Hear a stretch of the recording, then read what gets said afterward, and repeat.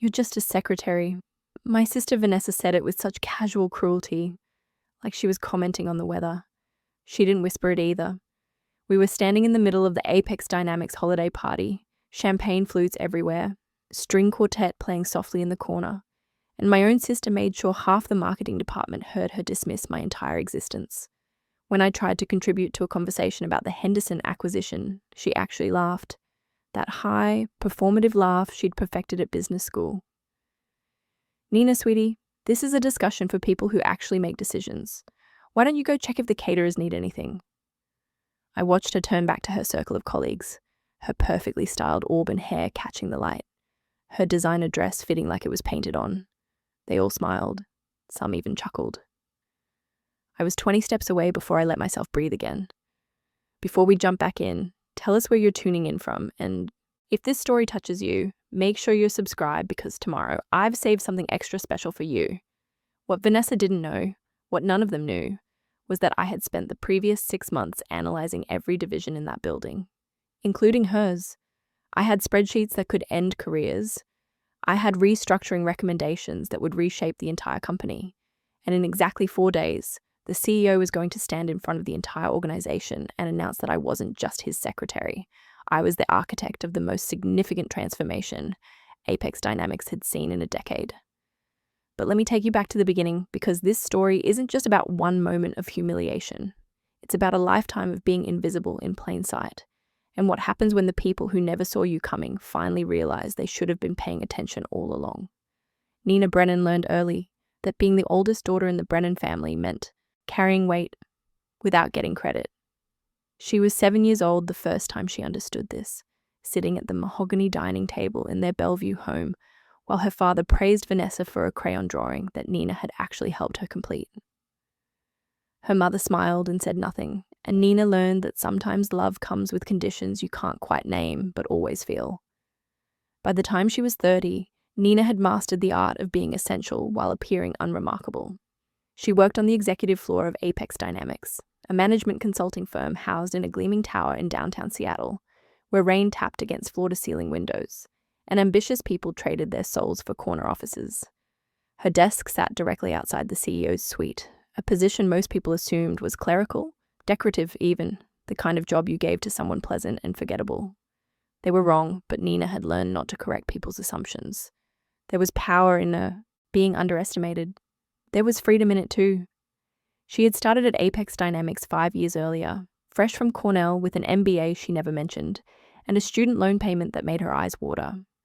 The job posting had been for an executive assistant to Marcus Chen, the newly appointed CEO who was brought in to save a company bleeding talent and revenue. Most of her business school classmates had laughed when she told them. An assistant position?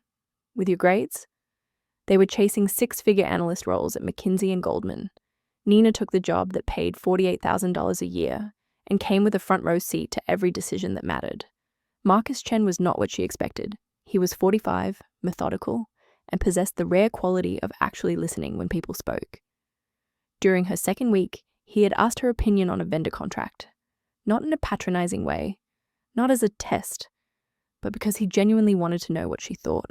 She had given him a 3-minute analysis of the risk factors buried in the termination clauses. He had paused, studying her with dark eyes that missed nothing, then asked if she had read the entire 60-page document. She had. She always did. That was the beginning of their unspoken arrangement. Nina would continue to answer phones, manage his calendar, coordinate meetings, and smile politely when people treated her like an extension of the furniture. But behind closed doors, after the office cleared out and the cleaning crew moved through the halls with quiet efficiency, she and Marcus would sit in his office and talk strategy. He would share challenges the board was wrestling with. She would ask questions that cut through the corporate speak and reach the actual problem. Within 6 months, she was drafting confidential memos that went directly to the board. Within a year, she was sitting in on merger discussions, tucked in the corner with her laptop, invisible but indispensable. The arrangement suited them both. Marcus got a strategic mind he could trust, someone with no political agenda and no interest in climbing over bodies to reach the next rung. Nina got an education money couldn't buy. She learned how deals really worked, how power shifted in rooms full of people pretending to agree, how to read financial statements until the lies revealed themselves. She absorbed everything, storing it away like ammunition she might need someday. She never told her family any of this. Not because she was ashamed, but because she knew exactly what they would do with the information. They would find a way to diminish it, to reframe it as lucky or cute or not quite the real thing. Her father, Robert Brennan, had spent 30 years in corporate America before retiring to golf and investment portfolios. He measured success in titles and compensation packages, in country club memberships, and the kind of watch you wore. Her mother, Patricia, measured it in wedding invitations and charity galas, in being photographed next to the right people. And Vanessa, her younger sister by 2 years, measured it in everything Nina didn't have. Vanessa had joined Apex Dynamics 3 years after Nina, coming in as a marketing manager after a stint at a boutique firm in San Francisco. She had her father's confidence and her mother's ability to work a room, and she rose quickly. Within 18 months, she was director of marketing, overseeing a team of 12 and managing campaigns that kept Apex's name circulating in the right circles. She was good at her job in the way people are good at things when they've never truly struggled. Competent, polished, utterly convinced of her own brilliance. She was also Nina's little sister, which meant she had spent their entire childhood competing for their parents' attention and somehow always winning. When Nina made honor roll, Vanessa made valedictorian. When Nina got into a good college, Vanessa got into a better one with a scholarship. When Nina started at Apex as an assistant, Vanessa announced her new marketing role at Sunday dinner like she was accepting an award, and their parents beamed with pride. Patricia had actually reached over and squeezed Vanessa's hand. "Director at your age? We're so proud, sweetheart." Robert had nodded approvingly. "That's the Brennan Drive. You're going places." Nina, sitting across the table with her water glass and her silence, had waited for them to ask about her week. They didn't. Eventually, Vanessa turned to her with a smile that didn't reach her eyes. "How's the desk job going, Nina? Still keeping Marcus Chen's calendar organized?" "Fine," Nina had said. "It keeps me busy." "Well," Vanessa had replied, "someone has to do it." Their mother had laughed lightly, as if this was sisterly teasing instead of what it actually was. Nina had excused herself early, citing an early morning, and driven back to her Capitol Hill apartment where the rent was too high and the view of the city lights almost made up for it. She had poured herself a glass of wine, opened her laptop, and spent 3 hours working on the quarterly report that would go out under Marcus's name. It was detailed, insightful, and represented the kind of strategic thinking that kept Apex ahead of its competitors. No one would ever know she wrote it. That was the deal. The years stacked up quietly. Nina refined her invisibility into an art form.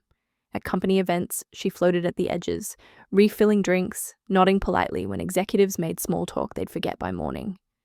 She watched Vanessa hold court at these gatherings, magnetic and loud, always ready with an anecdote about a campaign success or a client dinner. People gravitated toward Vanessa. They remembered her name, invited her to lunch, CC'd her on emails that mattered. Nina, they asked to make photocopies. Nina, they interrupted mid-sentence to request coffee. Nina, they forgot was in the room until they needed something. She didn't mind most of the time. It gave her space to observe, to learn who held real power versus who just performed it. But there were moments, small cuts that accumulated when she felt the weight of being invisible. Like the time she suggested a pivot in their approach to the Brennan acquisition, and the VP of strategy had looked right through her, then turned to Marcus and said, "That's an interesting angle," as if Nina hadn't just spoken it into existence 30 seconds earlier. Marcus had glanced at her, a flicker of acknowledgement, but he didn't correct the record. He never did. That wasn't part of their arrangement, or the company holiday party 2 years in. When Vanessa had introduced her to a group of clients as my sister, she works here too, with a vague gesture that communicated both relation and dismissal in 4 words. One of the clients had smiled politely and asked what Nina did. Before she could answer, Vanessa had jumped in. "She's Marcus Chen's assistant, keeps everything running smoothly behind the scenes." The conversation had moved on immediately, as if Nina's presence was now fully explained and no longer interesting. She had gone home that night and opened the file she kept on her personal laptop, the one no one at Apex knew existed. It contained 5 years of observations, notes on inefficiencies, redundancies, cultural problems that festered beneath the surface of quarterly earnings. She had started it as an intellectual exercise, a way to process what she was seeing. But over time, it had grown into something else. A blueprint. A plan for how Apex could be better, leaner, more competitive. She had never shown it to anyone, until Marcus asked. It happened on a Thursday evening in late autumn, 18 months before the holiday party where Vanessa would call her just a secretary. The office was empty except for them, the Seattle skyline glowing beyond the windows, rain streaking the glass. Marcus had loosened his tie, rolled up his sleeves, and was staring at a presentation on his laptop with the expression of a man who knew something was deeply wrong but couldn't articulate what. The board wants aggressive growth, he had said without looking up. Double-digit revenue increase, expansion into 3 new markets, all while cutting operational costs by 15%. They want magic. Nina had been proofreading a memo at her desk just outside his door. She saved the document, stood, and walked into his office. That's not magic. That's fantasy. He glanced at her. You have a better idea? Preparing and narrating this story took us a lot of time, so if you are enjoying it, subscribe to our channel. It means a lot to us. Now back to the story.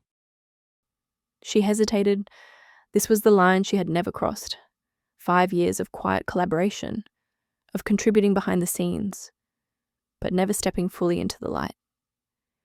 If she said what she was thinking, there would be no going back to invisible. But she was tired of watching her sister collect accolades for surface-level work, while Nina rewrote reports at midnight. Tired of being treated like furniture. Tired of playing small in a game she knew she could win. I might, she said carefully, but you'd have to actually listen. Marcus closed his laptop and leaned back in his chair. I'm listening. She told him about the file, about the patterns she'd noticed, the divisions that were duplicating efforts, the middle management bloat, the marketing spend that generated noise but not results. She spoke for 20 minutes, pacing slightly, pulling details from memory because she had lived with this analysis for years. When she finished, Marcus was quiet for a long moment. How long have you been working on this? He asked. A while. Why didn't you show me sooner? Because I'm your assistant. People don't take strategic recommendations from assistants. He studied her, and she wondered if she had miscalculated if honesty was about to cost her the only job that had ever mattered. Then he said, Send me everything you have. If it's as thorough as what you just described, we're going to need to move carefully. Carefully meant secretly. Over the next 18 months, Nina became the ghost author of Apex's transformation. She reported to work every morning at 8, answered emails, scheduled meetings, ordered lunch for executives who didn't say thank you. But 3 evenings a week, sometimes more, she stayed late and worked with Marcus on what they simply called the project. She analyzed every department, interviewed people under the guise of administrative check-ins, built financial models that revealed exactly where Apex was hemorrhaging money and why. The conclusions were brutal. Apex needed to restructure 3 major divisions, eliminate redundant roles, and completely overhaul its client acquisition strategy. Marketing, where Vanessa reigned, was spending more than any other department but generating the least measurable return. Sales was propping up numbers with short-term contracts that would evaporate within 2 years. Operations was overstaffed by 30%, a relic from an earlier era when headcount equaled importance. Nina documented all of it. She built the case, ran the numbers, drafted the recommendations. Marcus reviewed her work with a critical eye, pushed back when her assumptions were shaky, asked questions until her logic was bulletproof. They worked in tandem, complementary minds sharpening each other. There were nights when Nina left the office at midnight, exhausted and exhilarated, feeling more alive than she had in years. She told no one, not her friends, though she had few close ones left after years of prioritizing work over drinks. Not her parents, who still asked vague questions about her job and glazed over when she answered.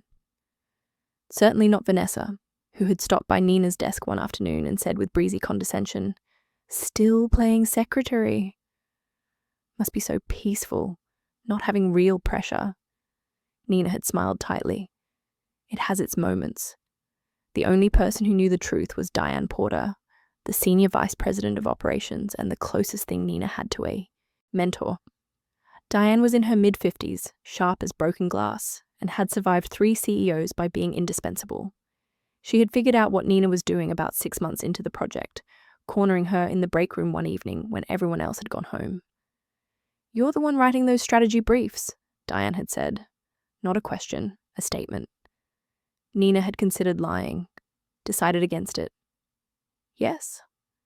Diane had nodded slowly. "Good. Someone needs to tell Marcus the truth instead of what he wants to hear. Just be careful. When this goes public, and it will, people are going to come for you, especially the ones you're about to make irrelevant." Nina had absorbed that warning, tucked it away with everything else she was learning about survival in corporate battlegrounds. She knew the risks. She also knew that staying silent, staying small, was its own kind of death, slow and quiet and permanent. The breaking point came at the holiday party, 6 months before the restructuring was set to go leave. Nina had almost skipped it. She hated these events, the forced cheer and the networking that felt like combat. But Marcus had asked her to come, said it would look strange if his assistant wasn't there, and Nina had long ago accepted that part of her job was maintaining appearances. She wore a simple black dress, understated jewelry, comfortable heels. Vanessa wore emerald green silk and 4-inch stilettos, her laugh carrying across the room. Their parents were there too, as they often were at Apex events. Robert had done consulting work for the firm years ago and maintained friendships with several board members. Patricia chaired a nonprofit that Apex sponsored generously. They moved through the crowd like visiting dignitaries, gracious and entitled in equal measure. Nina had been standing near the bar, nursing a glass of wine and contemplating an early exit, when a cluster of Vanessa's colleagues drifted over. They were discussing the Henderson acquisition, a deal everyone knew was coming, but few understood the implications of. Nina had spent 2 weeks analyzing Henderson's financials as part of the restructuring research. She knew exactly what the acquisition meant for Apex's market position. One of the marketing managers was holding forth about brand synergies and market penetration, using buzzwords that sounded impressive but meant nothing. Nina listened for a few minutes, then made the mistake of offering a thought. Actually, the real value in Henderson isn't their client base. It's their proprietary analytics platform. If we integrate that with our existing data infrastructure, we could reduce client onboarding time by 40%. The group had turned to look at her. The marketing manager blinked. "I'm sorry, who are you?" Before Nina could answer, Vanessa appeared at her elbow, drink in hand, smile fixed in place. "This is my sister Nina. She works for Marcus Chen." "Oh," the manager had said, interest already fading. "That's nice." Nina had tried to continue. "The platform alone is worth more than Henderson's current valuation if we leverage it correctly across all divisions." That's when Vanessa laughed, that bright, dismissive sound that carried just far enough. "Nina, sweetie, this is a discussion for people who actually make decisions. Why don't you go check if the caterers need anything?" The group had chuckled, not meanly, just automatically, the way people laugh at jokes from someone with authority. Nina had felt her face flush hot, her throat tight. She had nodded once, set down her wine glass with a hand that trembled slightly, and walked away. She didn't go to the caterers. She went to the bathroom, locked herself in a stall, and focused on breathing until the urge to cry passed. When she emerged 10 minutes later, her makeup repaired and her expression neutral, she found Diane waiting by the sinks. Diane handed her a paper towel without comment, watching Nina dab at the corners of her eyes. "Your sister's an idiot," Diane said flatly. Nina managed a weak smile. "She's successful. That's what matters to my family. Success is subjective. Being decent is a choice. She's failing at the one that counts." Diane paused, then added more gently, 4 months, Nina. In 4 months, everyone in this room is going to know exactly who you are and what you've done. Hold on until then." Nina had nodded, squared her shoulders, and gone back to the party. She stayed another hour, playing her role, smiling blandly when people looked through her. When she finally left, she sat in her car in the parking garage for a long time, hands on the steering wheel, staring at nothing. Just a secretary. The words echoed. They shouldn't have hurt as much as they did. Nina had spent 5 years cultivating invisibility, trading recognition for access. She had made that choice deliberately.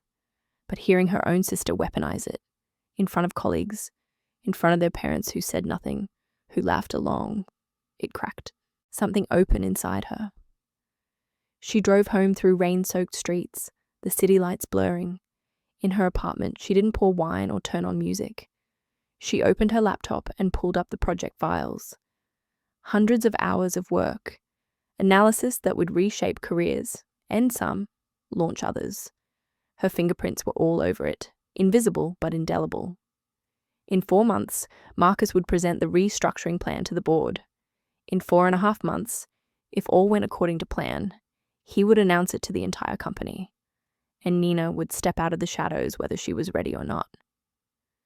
She had spent so long being underestimated that she had almost forgotten what it felt like to want more, to want credit, to want her family to see her, truly see her, and recognize that they had been wrong, that she wasn't less than Vanessa. She was just quieter about her ambitions, more patient in her execution. Vanessa collected titles and applause. Nina collected leverage. And in a few short months, everyone would learn which currency held more value. She closed the laptop and lay back on her couch, staring at the ceiling. Tomorrow she would go back to answering phones and scheduling meetings. She would smile when people asked her to make copies. She would nod when Vanessa stopped by her desk to share some story about a campaign win. Performative humility masking genuine arrogance. Nina would play the role she had perfected, the invisible essential, right up until the moment she didn't. Because the truth about being underestimated is that it gives you time. Time to watch. Time to learn. Time to build something so undeniable that when you finally reveal it, there's nothing left to debate. You simply exist, fully formed, and the people who dismissed you have to recalibrate their entire understanding of who you are and what you're capable of.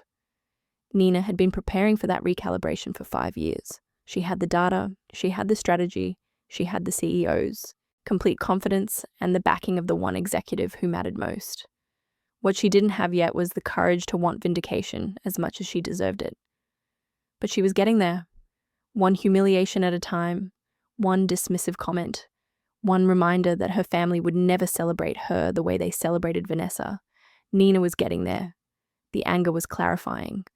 The pain was fuel. And when the moment finally came, when Marcus Chen stood in front of the entire company and said her name, when he revealed what she had built and who she actually was, Nina would be ready. Not because she wanted revenge, but because she wanted her sister, her parents, every person who had looked through her like she was wallpaper, to understand a simple truth. You should have paid attention. You should have seen me coming. And now it's too late to pretend you were on my side all along. The morning after the holiday party, Nina woke to 17 text messages in the family group chat. She lay in bed, grey Seattle light filtering through her curtains, and scrolled through them with detached interest.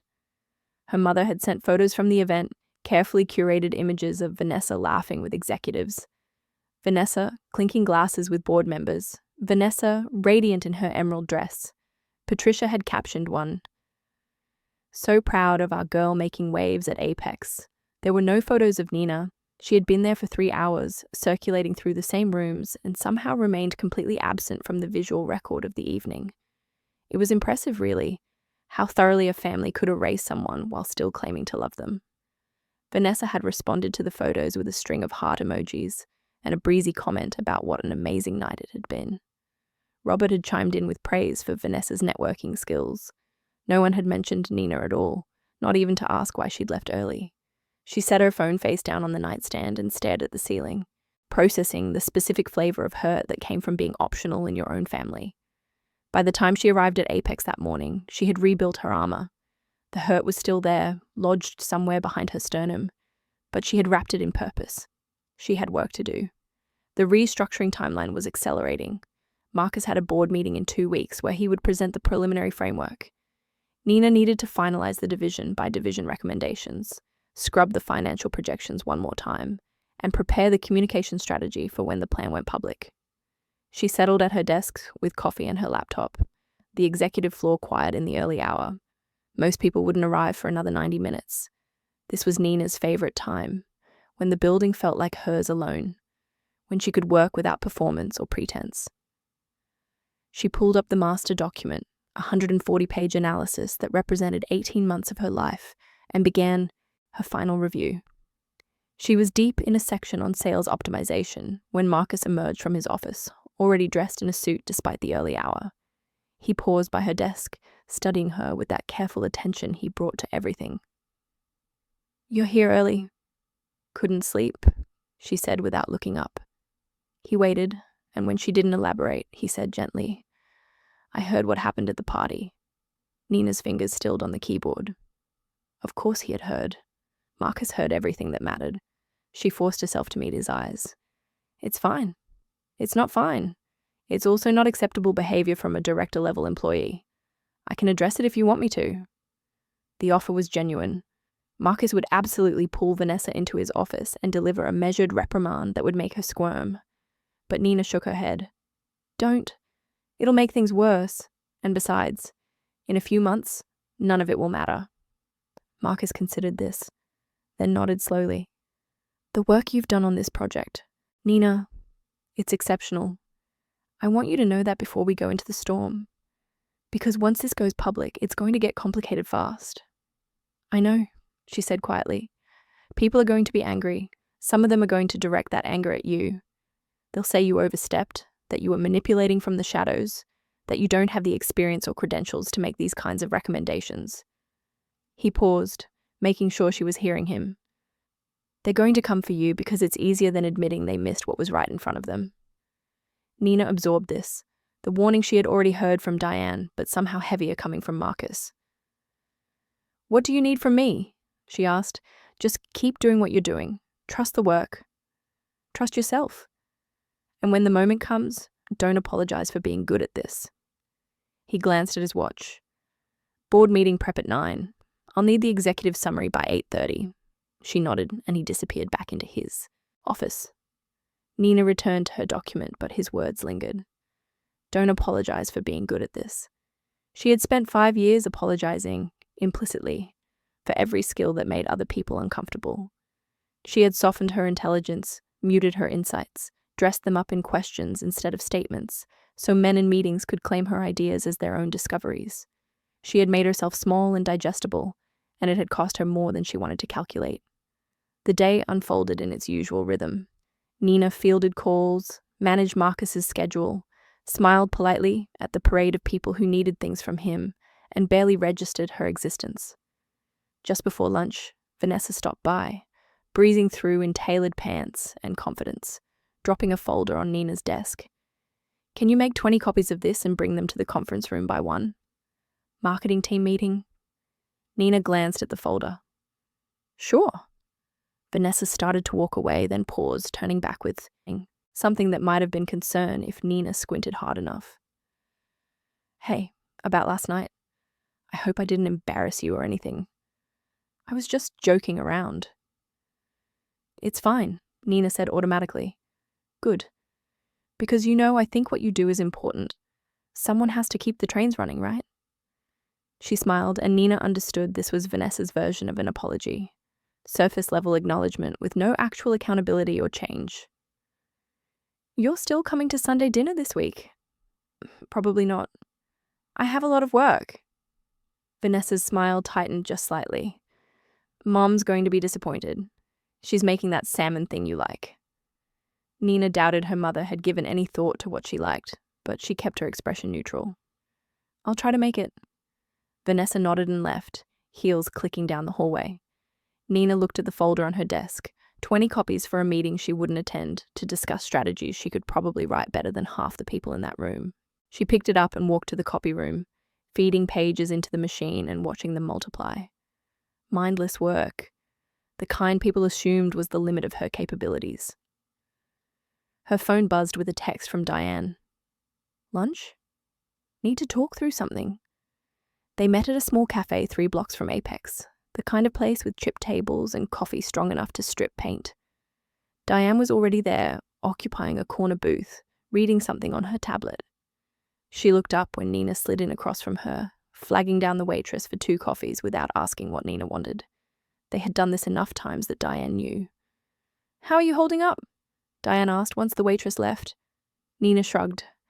"I'm fine." "That's what you keep saying." I'm starting to think you don't know what fine actually means. Diane set down her tablet. I saw the final draft of the restructuring plan. It's devastating. In a good way, but still. You realize you're about to end or seriously damage about 30 careers. Nina stirred sugar into her coffee, watching the crystals dissolve. They're not my responsibility. No, but they're going to blame you anyway, especially Vanessa. Nina looked up sharply. What do you mean, especially Vanessa? Diane's expression was carefully neutral. Marketing is taking the biggest hit in the restructuring. 40% budget reduction, team consolidation, complete overhaul of the campaign strategy. Your sister's division is the poster child for what's wrong with Apex's spending priorities. Nina felt something cold settle in her stomach. I didn't target her specifically. The numbers are the numbers. I know that. Marcus knows that. But when this goes public, Vanessa's going to see her little sister dismantling her department, and she's not going to care about objectivity. She's going to make it personal. Diane leaned forward slightly. I'm not telling you this to scare you. I'm telling you so you're prepared, because whatever relationship you have with your sister, it's about to get a lot more complicated. They ordered sandwiches neither of them really wanted and talked through the logistics of the rollout. Diane had been through restructures before and had war stories that would have been funny if they weren't so bleak. People crying in conference rooms, executives refusing to leave their offices, one memorable incident involving someone throwing a stapler at a consultant. Corporate transformations brought out the worst in people because they forced everyone to confront the gap between who they thought they were and what they actually contributed. You're going to need allies when this hits, Diane said as they walked back toward Apex. Marcus is obvious. I've got your back. But think about who else you trust in that building, because you're going to find out real fast who your friends are. Nina thought about this as they rode the elevator back to the executive floor. The truth was she didn't have many friends at Apex. She had colleagues she was cordial with, people she said good morning to and made small talk with in the kitchen, but no one she confided in. She had kept herself separate, partly by design and partly because being the CEO's assistant created a natural moat. People were friendly, but cautious, never sure what she might report back. The isolation had seemed strategic at the time. Now it felt like a vulnerability. The days compressed into a blur of final preparations. Nina refined presentations, cross-checked data, wrote talking points Marcus would deliver to different stakeholder groups. She worked late every night, sometimes not leaving until 9 or 10, the city glittering below her like scattered diamonds. Her apartment became just a place to sleep and shower. Her life narrowed to the project, to the moment that was coming, to the transformation that would either validate 5 years of invisible work or expose her as someone who had overreached. Sunday dinner came and went without her. Patricia called, her voice bright with manufactured cheer. You're working so hard, sweetie. Don't forget to take care of yourself. We missed you today. Vanessa brought her new boyfriend. He's lovely. Works in private equity. That's nice, Mom. Your father wanted me to ask when you're planning to visit. It's been weeks. Soon, Nina lied. I promise.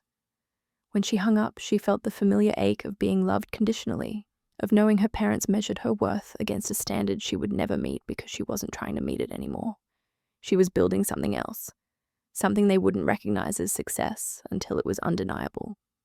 But the ache remained, stubborn and childish, the part of her that still wanted her mother to ask about her life with genuine interest instead of performative concern. 2 weeks before the scheduled announcement, Marcus called her into his office for what he termed a final gut check. The board had approved the restructuring plan with only minor modifications. Now it was a matter of execution and timing. They sat across from each other in the informal seating area of his office, the city spread out behind him, discussing the sequence of communications and who needed to know what when. I want you in the room when we announce this, Marcus said. Not at your desk outside. In the room. On stage with me. Nina's heart kicked hard against her ribs. That wasn't what we discussed. I know, but I've been thinking about it, and hiding your role doesn't serve anyone. You did this work. You should be visible when it goes public. He watched her carefully. Unless you're not ready for that. It's not about being ready, it's about strategy. If I'm on that stage, it changes the narrative. People will focus on me instead of the plan. maybe that's not a bad thing. Maybe people need to see that strategic thinking doesn't have a job title prerequisite. Marcus leaned back, threading his fingers together. You've been invisible for 5 years, Nina. By choice, I respect that. But at some point, staying invisible becomes its own kind of dishonesty. You're hiding your competence to make other people comfortable. I'm hiding it to survive, she corrected. There's a difference. Is there? Because from where I'm sitting, you're one of the smartest people in this building and almost no one knows it.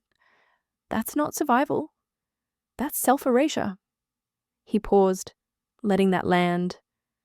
I'm not going to force you onto that stage, but I think you should consider what message you're sending if you're not there, to yourself more than anyone else. Nina left his office with the decision churning in her mind. She spent the rest of the day moving through her tasks on autopilot, her thoughts circling the same question. Did she want to be seen? Really seen? With all the exposure and vulnerability that entailed? Or did she want to stay in the shadows where it was safe, where she could do brilliant work without having to defend her right to do it? That night, she called Diane from her apartment, pacing in front of her windows.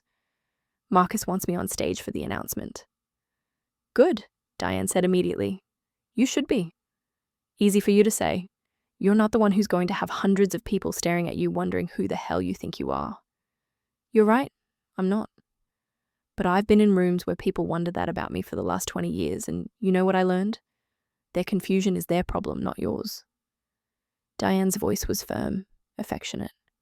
Nina, you've earned this. Stop acting like visibility is something you have to apologize for. What if I'm not ready? Then get ready. You've got 2 weeks. Nina spent those 2 weeks in a state of controlled panic she hid from everyone. She rehearsed what she might say if called upon to speak, though Marcus assured her she wouldn't have to. She bought a new suit, charcoal grey with clean lines, professional armor. She got her hair trimmed, her shoes polished, all the small rituals of preparation that felt absurd and necessary in equal measure. She did not tell her family, not her parents, not Vanessa.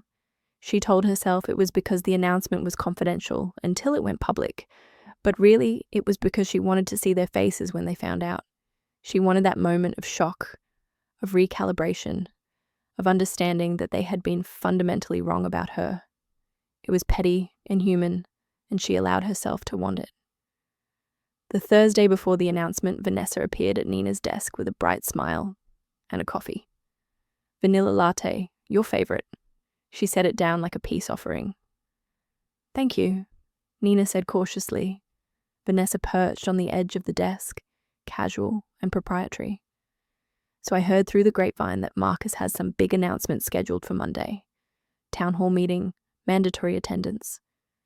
Any idea what it's about? Nina kept her face carefully blank. He doesn't share that kind of thing with me ahead of time. Really? I figured you'd know everything that happens on this floor.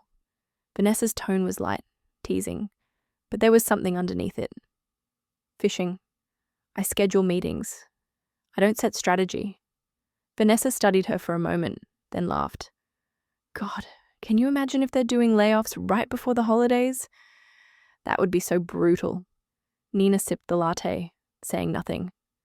Anyway, Vanessa continued, standing up and smoothing her skirt. Whatever it is, I'm sure it'll be fine.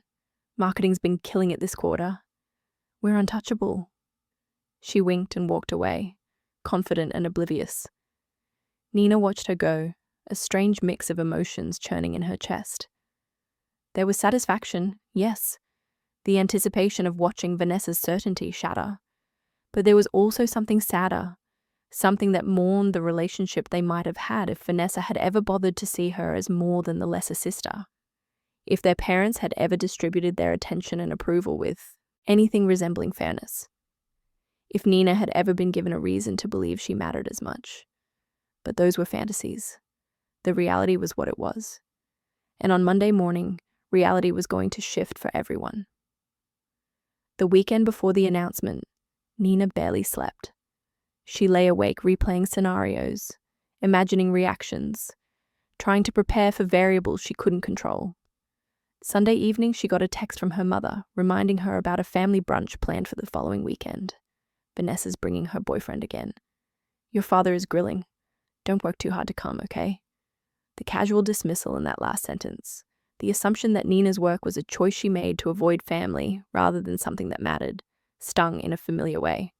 She typed out 3 different responses and deleted them all, finally settling on a simple thumbs-up emoji. Let them think whatever they wanted. After Monday, they'd have new information to process. She arrived at Apex, early Monday morning, hours before the town hall. The building was eerily quiet, the calm before the storm. She had worn the new suit, pulled her hair back in a sleek bun, applied makeup with more care than usual. When she looked in the bathroom mirror, she saw someone who looked competent, composed, ready. She barely recognized herself. Marcus found her in the break room making coffee, her hands steadier than she expected. Today's the day, he said quietly. Today's the day, she echoed. Any regrets? She thought about that. About 5 years of hiding, of biting her tongue, of watching other people take credit for insights she'd whispered in meetings. About holidays where her sister shone and she faded. About her parents' benign neglect and Vanessa's casual cruelty. About all the small ways she had been told she didn't matter, wasn't enough, should be grateful for the scraps. None, she said firmly. Good. He smiled, something genuine and warm. Because you're about to become very visible, Nina Brennan. I hope you're ready for that. She wasn't sure she was, but she nodded anyway, lifted her coffee and a mock toast, and followed him back toward the executive floor. The town hall started in 3 hours. By lunchtime, everyone in this building would know her name. By dinner, her family would know what she'd been doing all those nights she claimed to be too busy for Sunday dinners. And by this time tomorrow, Nina Brennan would no longer be just a secretary. She would be the woman who rebuilt Apex Dynamics from the inside out. The woman nobody saw coming until it was far too late to pretend they'd believed in her all along. The auditorium filled slowly, a steady stream of Apex employees filing into rows of seats with paper coffee cups and uncertain expressions. Nobody liked mandatory all-hands meetings. They usually meant bad news dressed up in corporate language about agility and transformation. Nina watched from backstage, hidden behind a black curtain, as the room swelled, with bodies and nervous energy. She could see Vanessa near the front, seated with her marketing team, laughing at something one of them said. Confident, untouchable. Marcus stood beside Nina, reviewing his notes one final time. His calm was absolute, the kind that came from years of delivering difficult messages to hostile audiences. He glanced at her, reading her tension. You don't have to do this. I can still present it alone. No, Nina said, surprised by the steadiness in her own voice. I'm ready. The lights dimmed slightly, a signal that they were about to begin. Marcus squeezed her shoulder once, a brief gesture of solidarity, then stepped through the curtain onto the stage. The room quieted immediately, hundreds of faces turning toward him with varying degrees of curiosity and dread. Nina stayed in the wings, close enough to hear everything but still invisible, watching through a gap in the curtain. Good morning, Marcus began, his voice carrying easily through the space. Thank you all for being here. I know these meetings disrupt your schedules, and I appreciate your time. Today we're going to talk about the future of Apex Dynamics, about where we've been, where we are, and most importantly, where we need to go. He clicked to the first slide, a simple title card that read, Operational Excellence Initiative. The phrase was deliberately bland, corporate speak that could mean anything. Around the auditorium, people shifted in their seats, some pulling out phones to take notes, others exchanging glances. For the past 18 months, Marcus continued, we've been conducting a comprehensive analysis of our operations. Every department, every process, every dollar spent. The goal was simple. Understand what's working, what isn't, and what needs to change if we're going to remain competitive in an increasingly difficult market. Nina's pulse thrummed in her ears. This was the setup, the soft opening before the hammer fell. Marcus was good at this, building the case, piece by piece, so that by the time he delivered the difficult news, it felt inevitable rather than arbitrary. What we discovered, he said, advancing to a slide dense with data, is that Apex has significant structural inefficiencies. We're spending more than our competitors in almost every category while generating less return. We have redundancies in staffing, overlapping responsibilities, and in some cases, entire divisions that are operating without clear strategic alignment. The room temperature seemed to drop. Nina saw people sitting up straighter, the casual attention sharpening into alarm. This wasn't a pep talk. This was a reckoning. Marcus walked them through the findings with clinical precision: sales projections that were artificially inflated, marketing spend that generated impressive metrics but negligible revenue impact, operations teams that had swelled to accommodate growth that never materialized. He presented it all without emotion, letting the numbers speak. And the numbers were damning. Nina watched Vanessa's section of the audience. Her sister had stopped smiling. She was leaning forward slightly, arms crossed, a small crease between her eyebrows. Around her, the marketing team was exchanging worried looks. They were starting to understand. Now, Marcus said, pausing for effect, I want to be clear about something. This analysis wasn't punitive. We weren't looking for scapegoats or trying to assign blame. We were looking for truth. And the truth is that Apex needs to change significantly if we're going to survive the next 5 years. He advanced to the next slide, and Nina's stomach tightened. It was titled Restructuring Framework, and beneath it was a bullet point list of the major changes: 40% reduction in marketing budget, consolidation of sales territories, elimination of redundant management positions. Each line represented careers disrupted, lives upended, the human cost of efficiency. The room had gone completely silent. Even the usual coughs and rustles of shifting bodies had ceased. Everyone was frozen, processing, calculating how this would affect them personally. I know this is difficult to hear, Marcus said, and his tone softened slightly. Change always is. But I want you to understand that these recommendations aren't arbitrary. They're based on months of rigorous analysis conducted by someone who cares deeply about this company and everyone in it. He paused, and Nina felt the moment arriving like a wave building offshore. Her hands were clammy, her breath shallow. Every instinct screamed at her to stay hidden, to let Marcus present this alone, to remain in the safe obscurity she'd cultivated for 5 years. But she had made a choice. She had committed. And now there was no going back. I'd like to introduce you to the person who led this analysis, Marcus said, turning toward the wings. For the past 18 months, she's been the architect of this entire initiative. She's examined every aspect of our business with a level of insight and rigor that frankly impressed the hell out of me. Please welcome Nina Brennan. The sound of her name in that auditorium, amplified through speakers, felt surreal. Nina stepped through the curtain into the harsh stage lights, momentarily blinded. She heard the murmur ripple through the crowd, confusion mixing with recognition. Wait, isn't that Marcus's assistant? She kept her eyes forward, walking to where Marcus stood, and when she finally looked out at the audience, she found Vanessa's face immediately. Her sister's expression was pure shock, mouth slightly open, eyes wide, the confident facade completely shattered.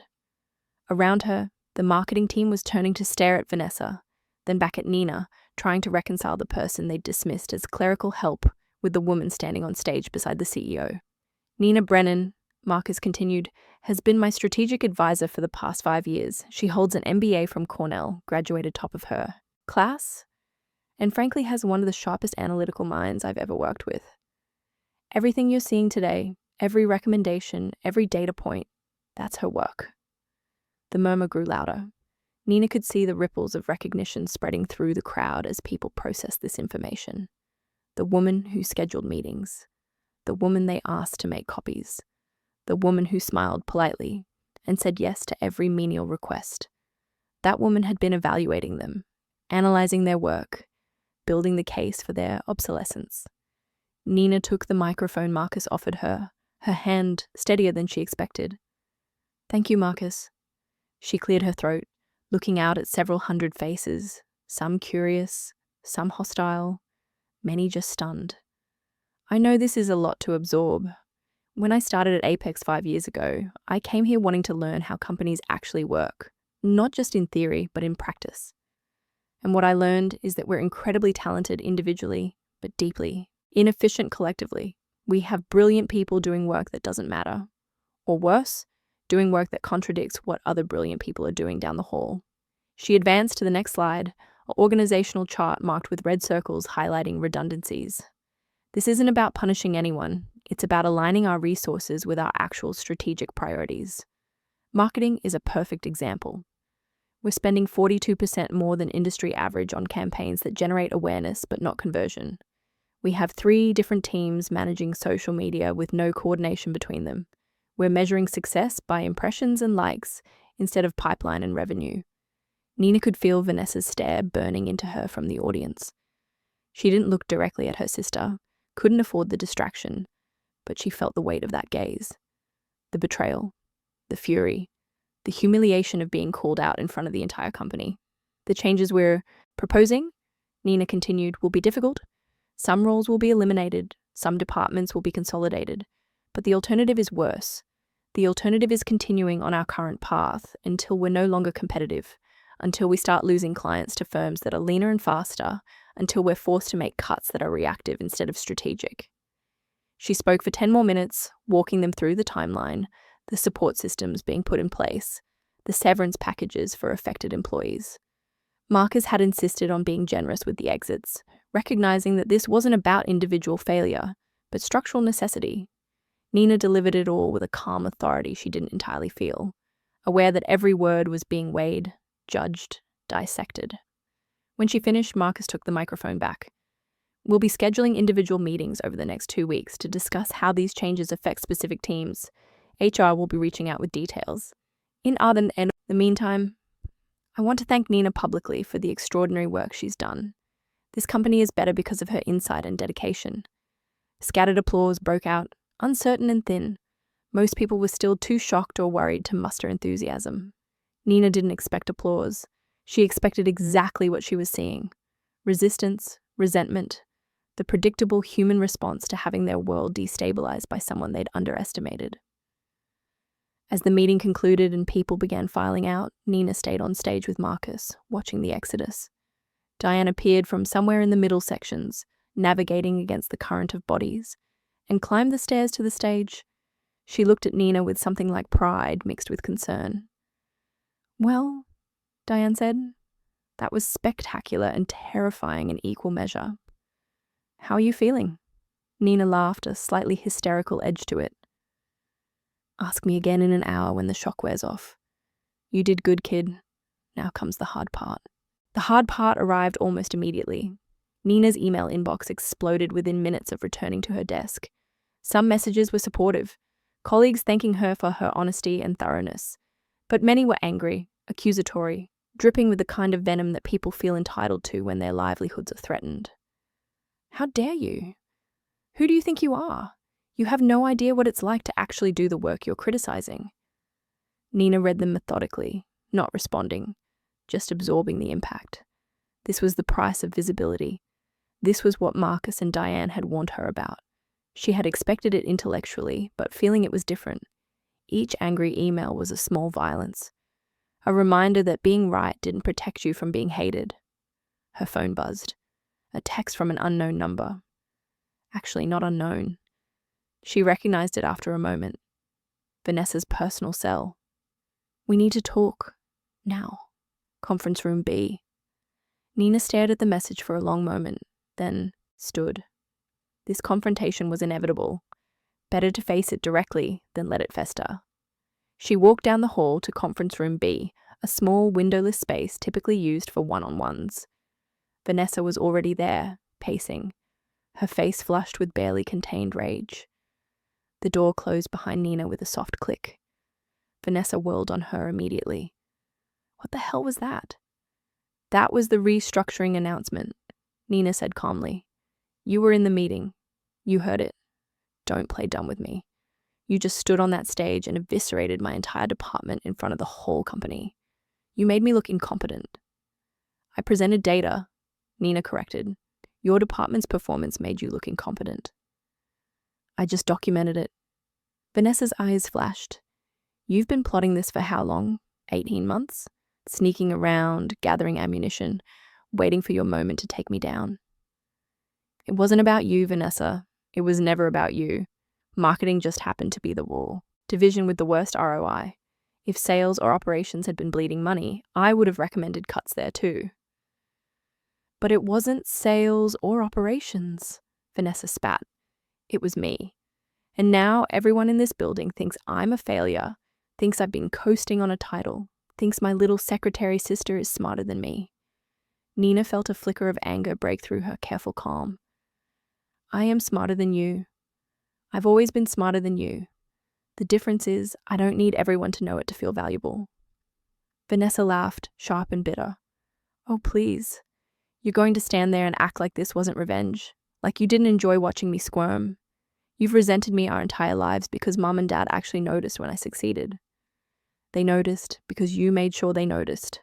Nina shot back. You performed your accomplishments like theater. I just did the work and hoped someone would care. And they never did. Not once. So yes, Vanessa, maybe there's a small part of me that enjoyed finally being seen. But that's not why I did this.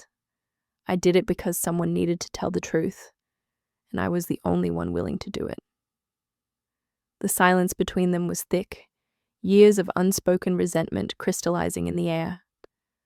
Vanessa's hands were shaking slightly. When she spoke again, her voice was lower, more dangerous. Mom and Dad are going to hear about this.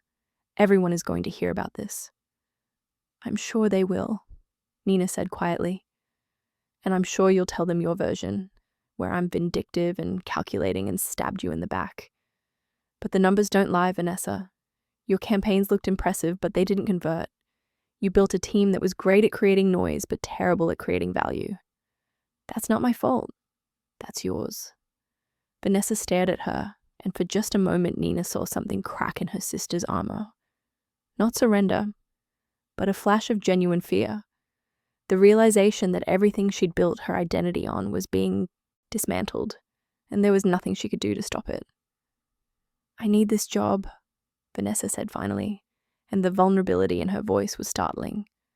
My lease, my car payment, everything is structured around my salary. If they cut my division the way you're recommending, I'm screwed. Nina softened slightly despite herself. I'm not trying to screw you. The recommendations include transition support, severance packages. Marcus fought the board to make sure people wouldn't be thrown out with nothing. But you're still taking away my team, my budget, my credibility. I'm taking away inefficiency. If your credibility was built on unsustainable spending and vanity metrics, then yes, that's going to suffer. But you're talented, Vanessa. You could land somewhere else, somewhere that values what you actually bring, instead of just the appearance of success. Don't lecture me, Vanessa snapped, the vulnerability vanishing as quickly as it appeared. You have no idea what it's like to be me, to have expectations, to be the one everyone watches. You've been invisible your whole life. Of course, it's easy for you to talk about authenticity when nobody was paying attention anyway. The words hit harder than Nina expected, sharp and precise, because there was truth in them. Nina had been invisible. She had chosen it, weaponized it even, but the choosing didn't make it hurt less. She had spent 30 years being overlooked, and now that she'd finally stepped into the light, her own sister was using that history as ammunition. This conversation is over, Nina said quietly. I have work to do. She left the conference room without waiting for a response, walking back to her desk on legs that felt unsteady. The adrenaline that had carried her through the presentation was fading, replaced by exhaustion and a complicated grief. She had expected Vanessa to be angry. She hadn't expected to feel this hollowed out by it. The rest of the day passed in a blur. More emails, some supportive but most hostile. A steady stream of people stopping by her desk, some to congratulate her, others to glare with barely concealed contempt. Marcus checked in twice, making sure she was holding up, offering to run interference if needed. Diane sent a text. Drinks tonight. Non-negotiable. By 6, Nina was wrung out. She packed her bag slowly, aware that the office dynamics had shifted permanently. People who used to ignore her now watched her movements. People who used to give her orders now approached cautiously. She had wanted visibility. She was learning that visibility came with a different kind of loneliness. Her phone rang as she was heading to the elevator. Her mother. Nina considered ignoring it, but that would only delay the inevitable. She answered. Nina. Patricia's voice was tight, controlled. I just got off the phone with Vanessa. Of course she had. Hi, Mom. She tells me you ambushed her at work today, that you've been secretly undermining her for over a year. That's not what happened, Nina said, stepping into the elevator and praying she wouldn't lose signal. I was asked to analyze company operations. I did. Marketing was underperforming relative to spend. That's not an ambush. That's data. Data that humiliated your sister in front of her colleagues and superiors. Her voice sharpened. What were you thinking, Nina? This is family. You don't destroy family.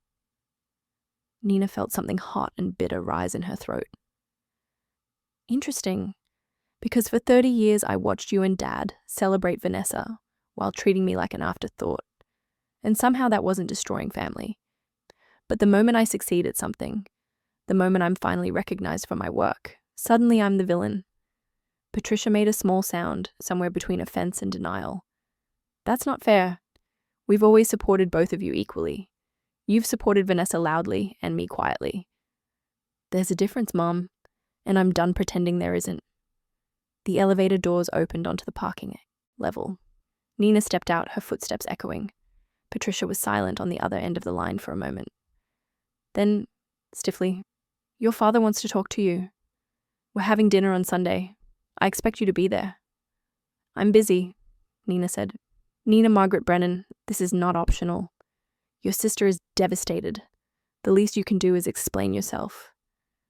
I don't owe any of you an explanation, Nina said, and the words felt powerful and terrifying simultaneously. I did my job. I did it well. And if Vanessa's devastated, maybe she should reflect on why her department was so vulnerable to scrutiny in the first place. She hung up before her mother could respond, a tremor running through her hands as she unlocked her car. She had just hung up on her mother. She had told her family, essentially, that she didn't need their approval. The freedom of it was intoxicating and nauseating in equal measure. Diane was waiting at the bar when Nina arrived, already 2 drinks in based on the empty glasses. She pushed a bourbon toward Nina without preamble. You look like hell. Thanks, Nina said, taking a long sip. Today was a disaster. Today was a success. It just didn't feel like one because success is uncomfortable when you're not used to it. Nina laughed weakly. My sister hates me. My parents are furious. Half the company thinks I'm a snake. Some success. Your sister will survive. Your parents will adjust. And half the company thinking you're a snake means the other half thinks you're brilliant. Diane leaned back, studying her. You did something today that most people spend their whole careers avoiding. You told the truth when it was expensive. That matters. Does it? Because right now it feels like I just torched every relationship that mattered for a restructuring plan that might not even work. It'll work, Diane said firmly. I've read every page of your analysis. It's sound. And when Apex is still standing in 5 years because of your recommendations, people will remember. Maybe not your sister. Maybe not your parents. But the people who matter will remember. Nina wanted to believe that. She wanted to believe that integrity and competence would eventually outweigh the immediate backlash. But sitting in that bar, exhausted and bruised, she mostly just wanted to disappear again. Being visible was supposed to feel victorious. Instead, it felt like exposure, like standing naked in a crowded room while everyone pointed out your flaws. They drank in companionable silence for a while, the bar filling with after-work professionals seeking the same numbing comfort. Eventually, Diane said softly, For what it's worth, I'm proud of you. You could have stayed safe. You chose brave instead. Nina looked at her, this woman who had mentored her quietly for years, who had seen her potential when almost no one else did. Thank you. Don't thank me yet. The real fight starts tomorrow when people start processing what you actually said, but tomorrow felt distant and manageable. Tonight, Nina just needed to sit with the wreckage of the day, to metabolize the anger and grief and strange, complicated pride. She had done it. She had stepped out of the shadows. She had claimed her work, her intelligence, her right to be seen. And the cost, she was learning, was everything she used to hide behind. The comfort of invisibility, the safety of being underestimated, the luxury of not having to defend her existence. But there was no going back now. The door had been opened. The truth was out. Nina Brennan was no longer just a secretary. She was the woman who rebuilt Apex from the inside out. And whether her family accepted that or not, whether Vanessa forgave her or not, that truth remained. She finished her bourbon and ordered another, Diane's presence steady beside her, and let herself feel the full weight of what she'd done. The reckoning had begun. Tomorrow would bring consequences she couldn't predict. But tonight, for just these few hours, Nina let herself rest in the uncomfortable, exhilarating space of being undeniably, irrevocably seen. 6 months after the restructuring announcement, Nina stood in her new office on the 21st floor, boxes still unpacked, watching rain slide down the windows, Senior Vice President of Strategic Operations. The nameplate sat on her desk, gleaming and official. She ran her fingers across the engraved letters, still adjusting to the weight of the title. The transformation had been brutal, but effective. Marketing had been cut by 38%, closer to Nina's recommendations than anyone expected. Vanessa's team had been reduced to 6 people. Her sister had survived the cuts, but lost her director title, demoted to senior manager, reporting to someone younger and considerably less impressed by polished presentations. The humiliation had been public and thorough. They hadn't spoken in 4 months. Not since Vanessa sent a single text message that read, "I hope you're happy now." Nina had typed and deleted a dozen responses before settling on silence. What could she say? That she wasn't happy? Just relieved the company might survive? That she felt guilty even though she'd done nothing wrong? That she missed the sister she'd never really had? The family dinners had stopped entirely. Patricia had made 3 attempts to orchestrate reconciliation, each more strained than the last, before accepting that her daughters existed in separate orbits now. Robert had retreated into his golf game and investment portfolio, disappointed in both of them for reasons he wouldn't articulate. They were a family fractured by truth, and Nina had been the one holding the hammer. But Apex was thriving. Client retention was up 17%. New business development had accelerated. The lean operations meant faster decisions, clearer accountability, actual strategic alignment. The board had been impressed enough to promote Nina and triple her salary. Marcus had fought for both, telling her privately that she'd earned 10 times what they were offering, but corporate politics moved slowly. The promotions had come with new challenges. Nina now managed a team of 8, all older than her, several resentful of her rapid ascent. She spent her days in meetings she once would have scheduled for others, making decisions that affected hundreds of people.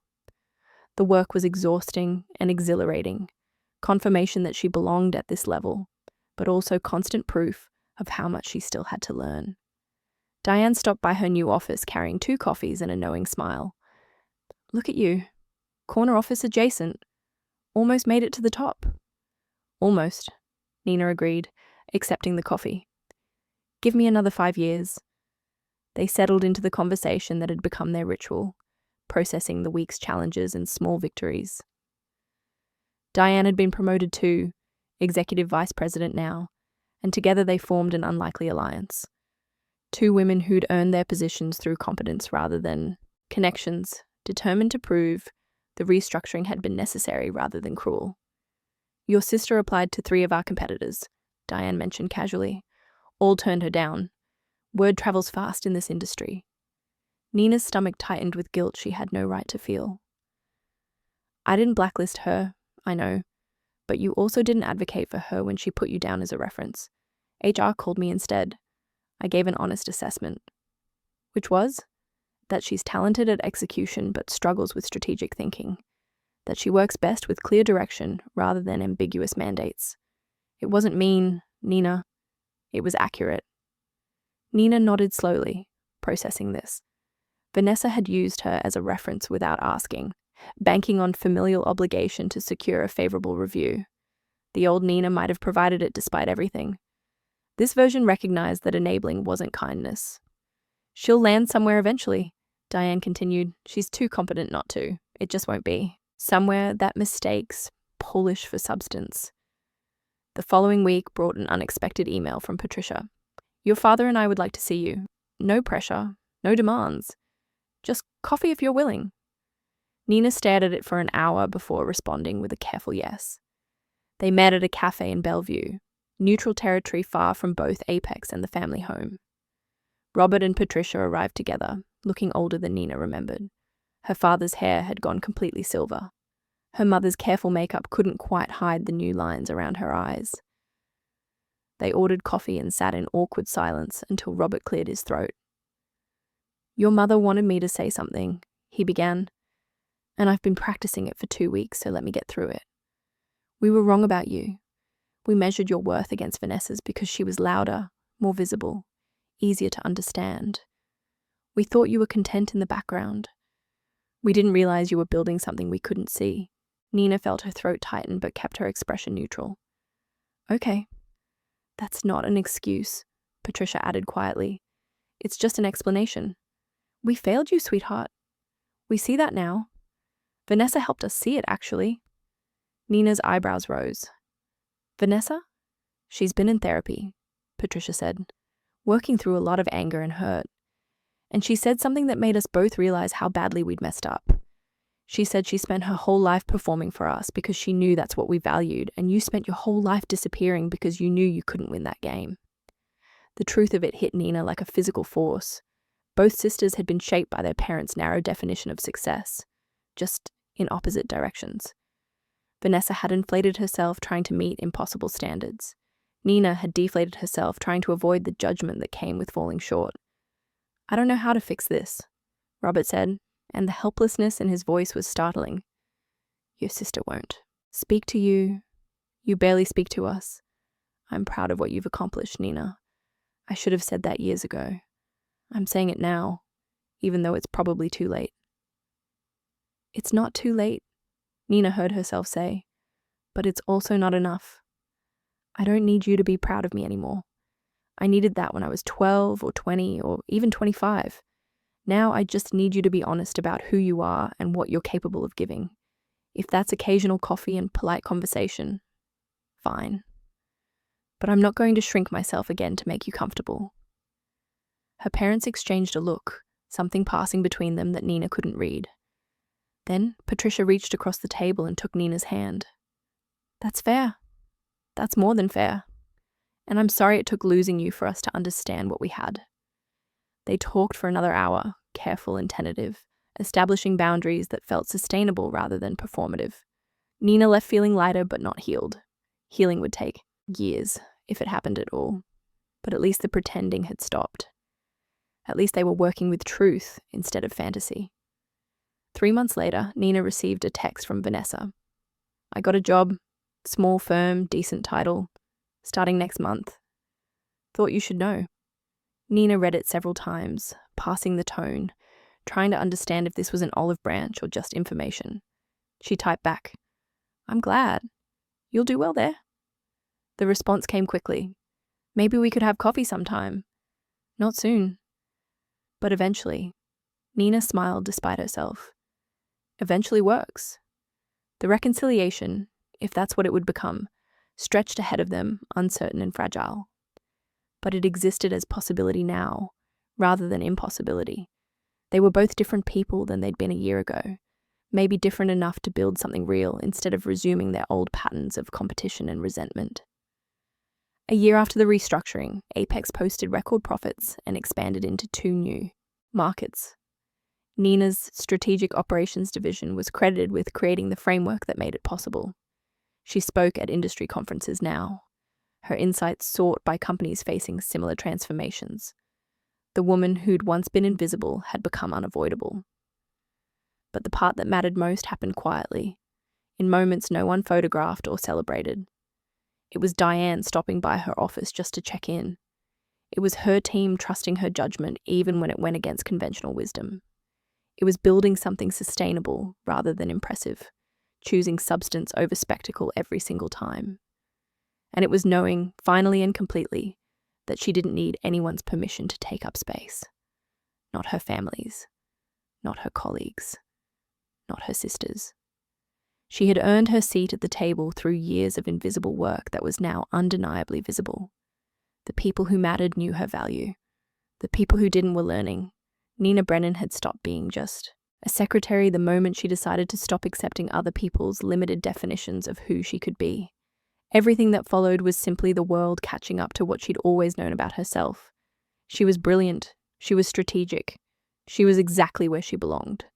And anyone who'd ever underestimated her would spend the rest of their careers working in buildings she'd helped restructure, benefiting from systems she'd designed. Living proof that quiet competence always outlasts loud mediocrity. The woman nobody saw coming had arrived, and she wasn't going anywhere. Up next, you've got 2 more standout stories right on your screen. If this one hit the mark, you won't want to pass these up. Just click and check them out.